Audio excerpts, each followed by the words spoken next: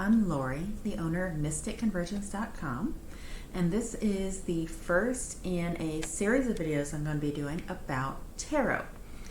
I'm actually planning a bunch of videos for this year. I'm finally getting over my fear of being in front of the camera and trying to do some videos that I have been planning for I don't even know how long. But I am planning to do a deep dive into each tarot card.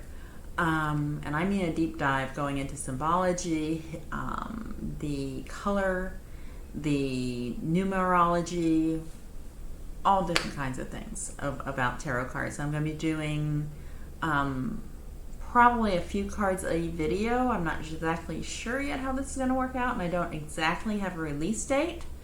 I am a Pisces, so I suck at doing things on a schedule, just saying. So if you want to see the whole series, please hit the like and subscribe and notification buttons so that you will find out when the next one releases.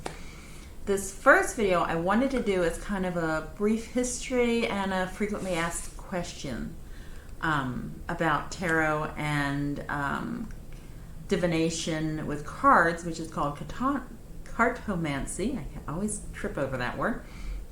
That's C-A-R-T-O-M-A-N-C-Y, which just means fortune telling or divination using cards.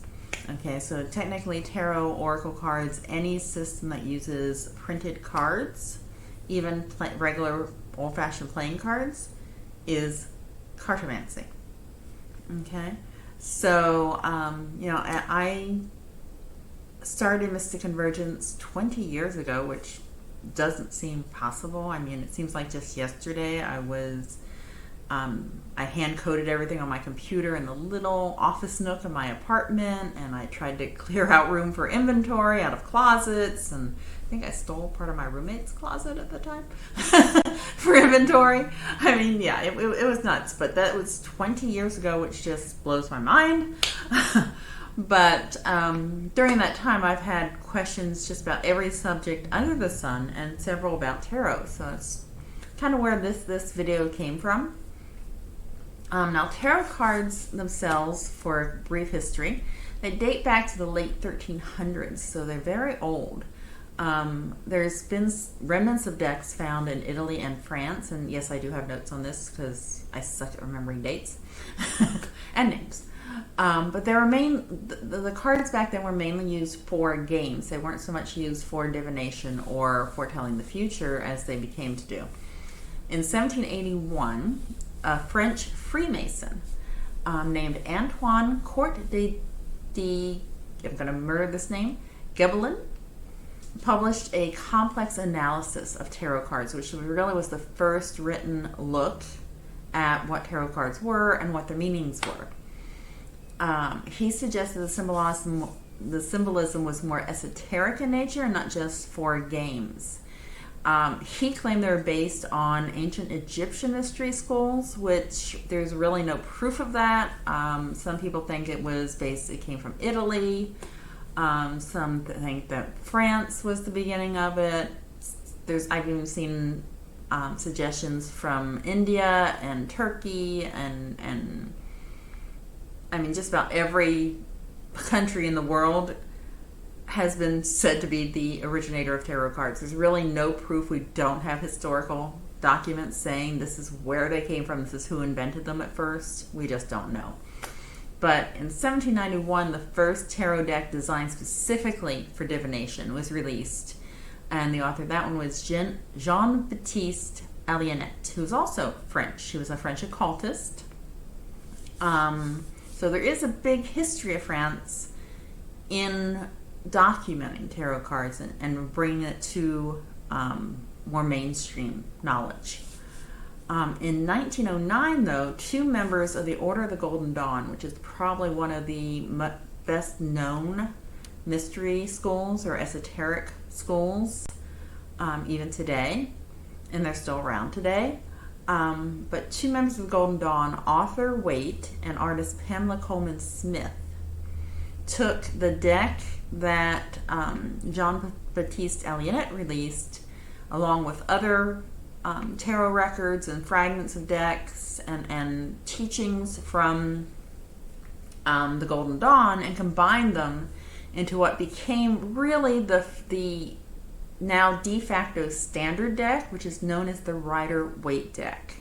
Okay, it's pretty much become the standard for all modern tarot decks, both in terms of composition and symbolism. Okay, even though the artwork might vary a lot, there might cards have different themes. Almost every tarot deck follows the Rider-Waite standard.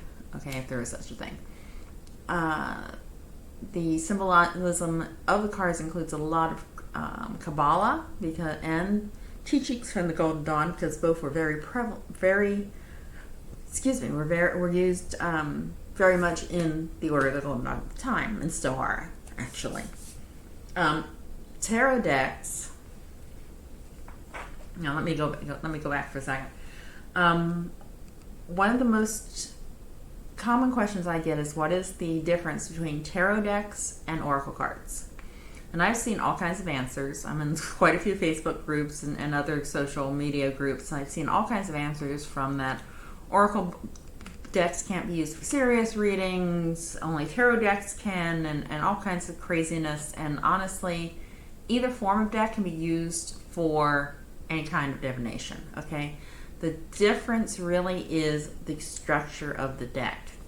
Okay, as I said, almost all modern tarot decks are based on the Rider-Waite. This is a classic Rider-Waite deck, which I'll go into a little bit more. As you can see, the colors are very vivid in this deck. Some are different, some are muted, some are more old-fashioned cards, etc., etc. This is a deck that I currently use for my daily readings. But tarot cards always have tarot decks always have 78 cards. They have 22 major arcana, what's called the major arcana, and then 4 suits of 13 cards each, okay, which always correspond to earth, air, fire, and water. Usually they're cups or chalices, wands or staves or staffs, pentacles or coins, and swords or daggers for air. Okay, no matter what tarot deck you get, there are always going to be 78 cards. Okay, sometimes the major arcana are sold separately from the deck. Usually they're sold together, but every once in a while you'll find a deck that has released that has the major arcana alone available, as well as the full deck. But for the most part, a deck is 78 cards, and their symbolism is always going to be based upon the Rider-Waite deck, mostly. Even though the artwork is going to vary, and I'm going to show you some. Like I said, this is the classic Rider-Waite. This is the Witch's Tarot, which is one of my favorite decks that I use.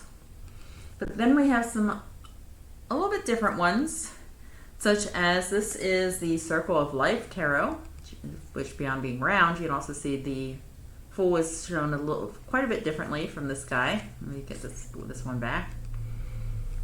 Okay, hopefully this is focusing well for you.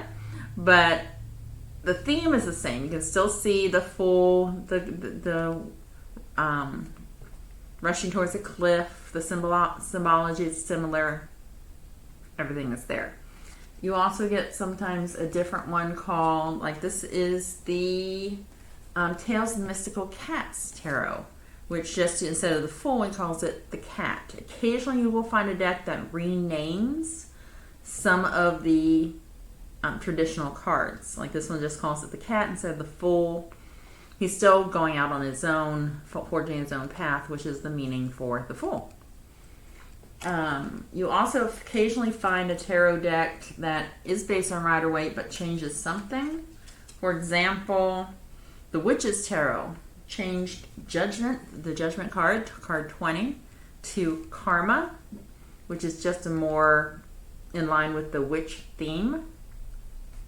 And they also changed the Devil card to the shadow side, because witches don't believe in the devil. Okay, so they changed the devil card to the shadow side.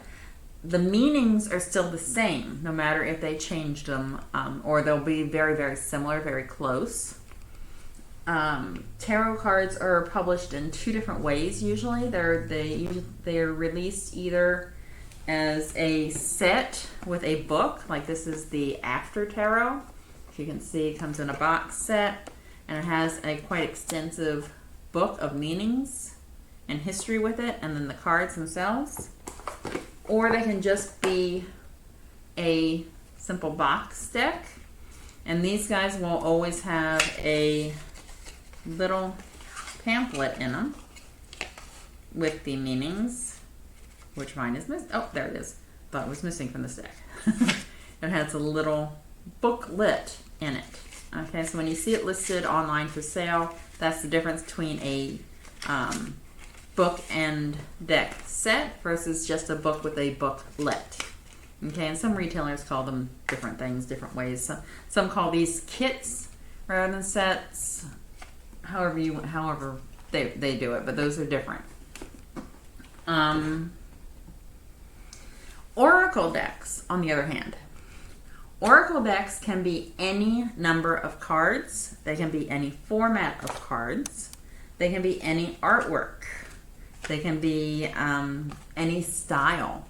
They can really be all the way out there. And Oracle decks are, instead of being based on Rider-Waite or being based on any particular system, they're the invention of the author or artist or both. One of the most popular decks that we carry is the, grab the box. For example, is the White Light Oracle. These are beautiful cards, by the way. They're by Alana Fairchild. They're this absolutely gorgeous deck. And it comes as a box set with the box and the booklet. Oracle cards will almost always come with a more extensive book than some of the tarot decks do, because the only way to read with the Oracle decks is to be able to look them up in their book. Okay, because the meanings may be all over the place. They can be similar to tarot, and they can be totally off the wall, not even close to tarot. The only way you can find that out is to use the accompanying book. Okay, for that reason, Oracle decks are somewhat harder to learn, especially if you want to memorize them. Though some decks, like this is the Sacred Earth Oracle. Here's its book. These are also gorgeous, gorgeous cards. They do print keywords on each card, which helps prompt you as to what that card meaning is. Okay, but for a full meaning, you still have to look it up in the book. There's other decks like this is the Flower of Life Tarot. Thought I had one more. Oh, I did. Yeah. Like this is another beautiful deck. This is the Flower of Life Tarot. This one actually has only a small booklet because it has full text printed on each card that tells you about the meaning. Okay. So reading with a deck with a full text is obviously going to be easier than having to look up every one. They can also be any size. Like this little guy is the Crystal Wisdom deck. It's a little guy, and it gives you a gemstone on the front with the meaning of that gemstone, which you can use as an oracle on the back. This is all. I love this deck. It's a great way to learn your gemstones too, which I love crystals. Okay, so that's the basic difference between tarot decks and oracle decks. You can use either one for readings. You can use any one for in-depth readings. I have seen a few readers that actually combine oracle cards and tarot in the same reading. One of my favorites to watch, Minnow Pond Tarot. I'll put a link below for his channel. Does that beautifully. He melds oracle cards with tarot cards, and he uses multiple tarot decks in the same reading, which was really one of the first times I saw somebody do that. But it's a really nice system. Second question I hear a lot is, I heard that you can't buy your own deck, you have to be gifted it. I suspect that may have come from students of mystery schools like the Golden Dawn, because the Golden Dawn and some covens and some other formal trainings do have specific decks they recommend you use, and some of them give them to you once you reach a certain level. So I suspect that this question came from that you're not supposed to buy a deck, you're supposed to wait till you're ready for it and be gifted to it by that organization. Now, unless you are in formal training with a requirement like that, I honestly feel the best way to get a deck that's right for you is to buy your own. And which leads me into how to choose the tarot deck or an oracle deck. Tarot works, or any form of cartomancy, I always mangle that, cartomancy works by triggering your own intuition, or the person doing the reading's intuition. Okay, if you're not reading for yourself. So to me, the most important thing is the artwork. If the artwork does not appeal to you, if it doesn't trigger your imagination or your intuition, you're not going to read as well with it. So most readers I know end up with a collection of decks. I have probably 40 or 50 right now. Mostly tarot decks. I do have a few oracle decks, but I tend to use mostly tarot. And I use them at different times. For about the past 2 years, I used the Witches Tarot for my daily readings. I only recently switched into using the classic Rider-Waite. When I first started reading tarot, I didn't particularly like the Rider-Waite deck. And one thing that I do suggest now, I suggest most newbies, if you're just getting into tarot, start with some variation of the classic Rider-Waite deck. Like I said, this is one of the variations. There are some of them, though, that instead of giving you an actual picture, like this is the Seven of Pentacles, they just have 7 pentacles listed, like 7 dots on the screen, and no scene, no figure in it, nothing to clue you in. So those kind of decks, you really have to memorize the meanings of each of those cards. They will always have the major arcanas with the illustrations, but sometimes they just have simple like 7 swords or 7 pentacles on a card, and that's it. And actually, the first Rider-Waite deck I got when I tried to learn tarot was that kind of deck, and I think that's why it didn't appeal to me as much. I just couldn't memorize all those meanings. So for me, finding a deck that has images, has full illustrations for each and every card makes it easier. Okay? But again, different card decks are going to appeal to different people. Okay? Personally, I'm not a big fan of abstract art, so for me, having a realistic illustration is more of a factor for me. It speaks to me more. But it all depends on what you like. And for example, on the shop, Mystic Convergence, I try to show at least 3 to 6 cards from the deck on the listing, so you can see what they look like ahead of time. If you have a local shop near you, sometimes they will have sample decks out, but they don't usually open every single deck, so you can't see all of them.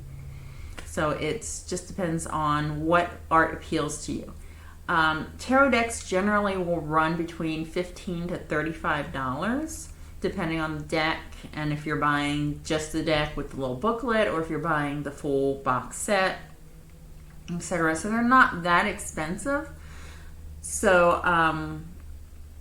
I always suggest new readers start with a Rider-Waite deck with full illustrated cards, and then go from there. Okay, you might want to read with the Rider-Waite for like 6 months or a year, and then find a different deck that appeals to you and see if you read better with that one. Trying different things is a great idea.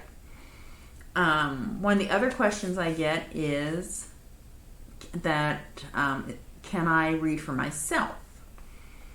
I actually always recommend you start by doing readings for yourself, either daily single card or 3-card draws. I currently do a 3-card draw, and I've been on and off in tarot for probably now for like 20 years, and it's only been in the past like 5 years where I've really done deeper dives and really gotten myself into the habit of doing that daily draw.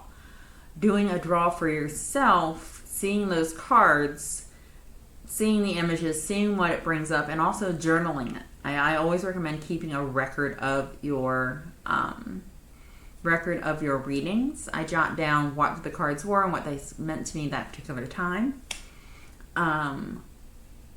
It's a great way to not only learn the cards, but also see the trends over time. You may see that you're pulling the same cards over and over again. And usually for me, if I do that, it's an indication that I haven't learned that lesson yet, or I haven't followed that advice yet. Matter of fact, one of the cards I kept getting all the time was the 9 of Pentacles, which I see as myself stepping out into the spotlight, getting myself into actually doing these videos, which for a long time I have been putting off because I didn't want to be in front of the camera. You know, I mean, I'm not a 20-something pretty girl that everybody wants to see.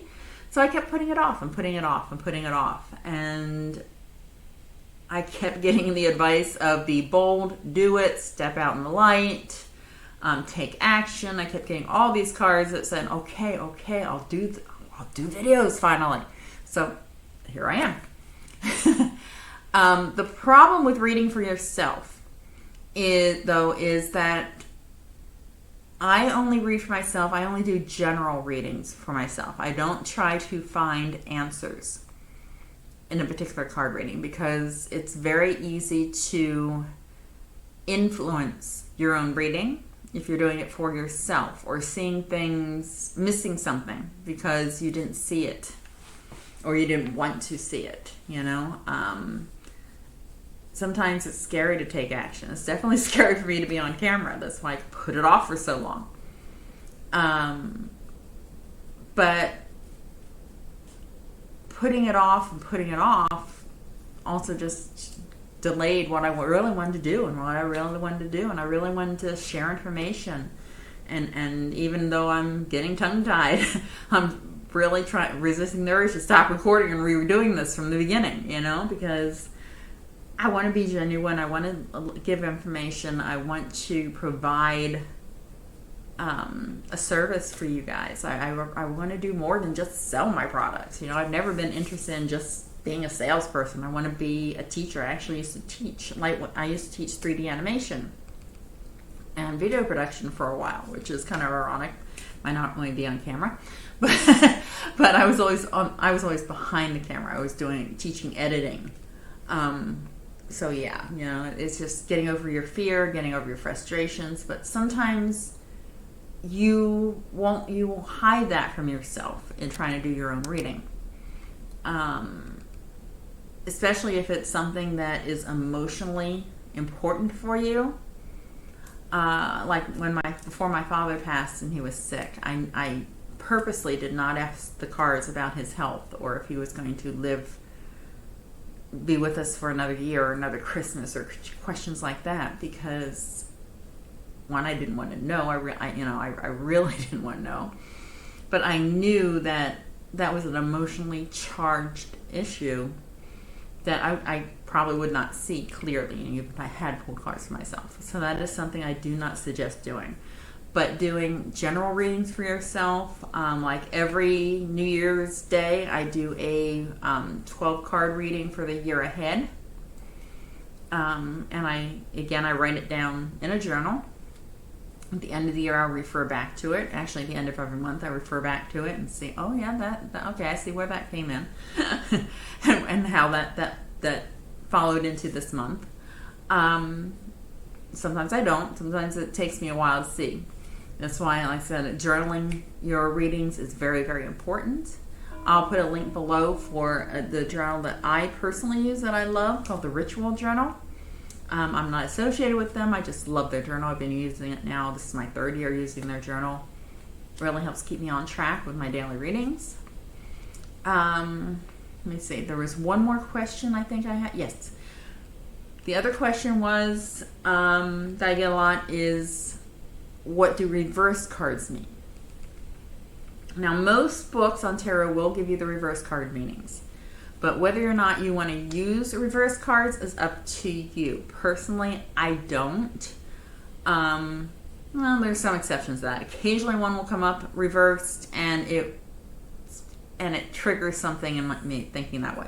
Generally, reverse does not always just mean the reverse of the card. Like,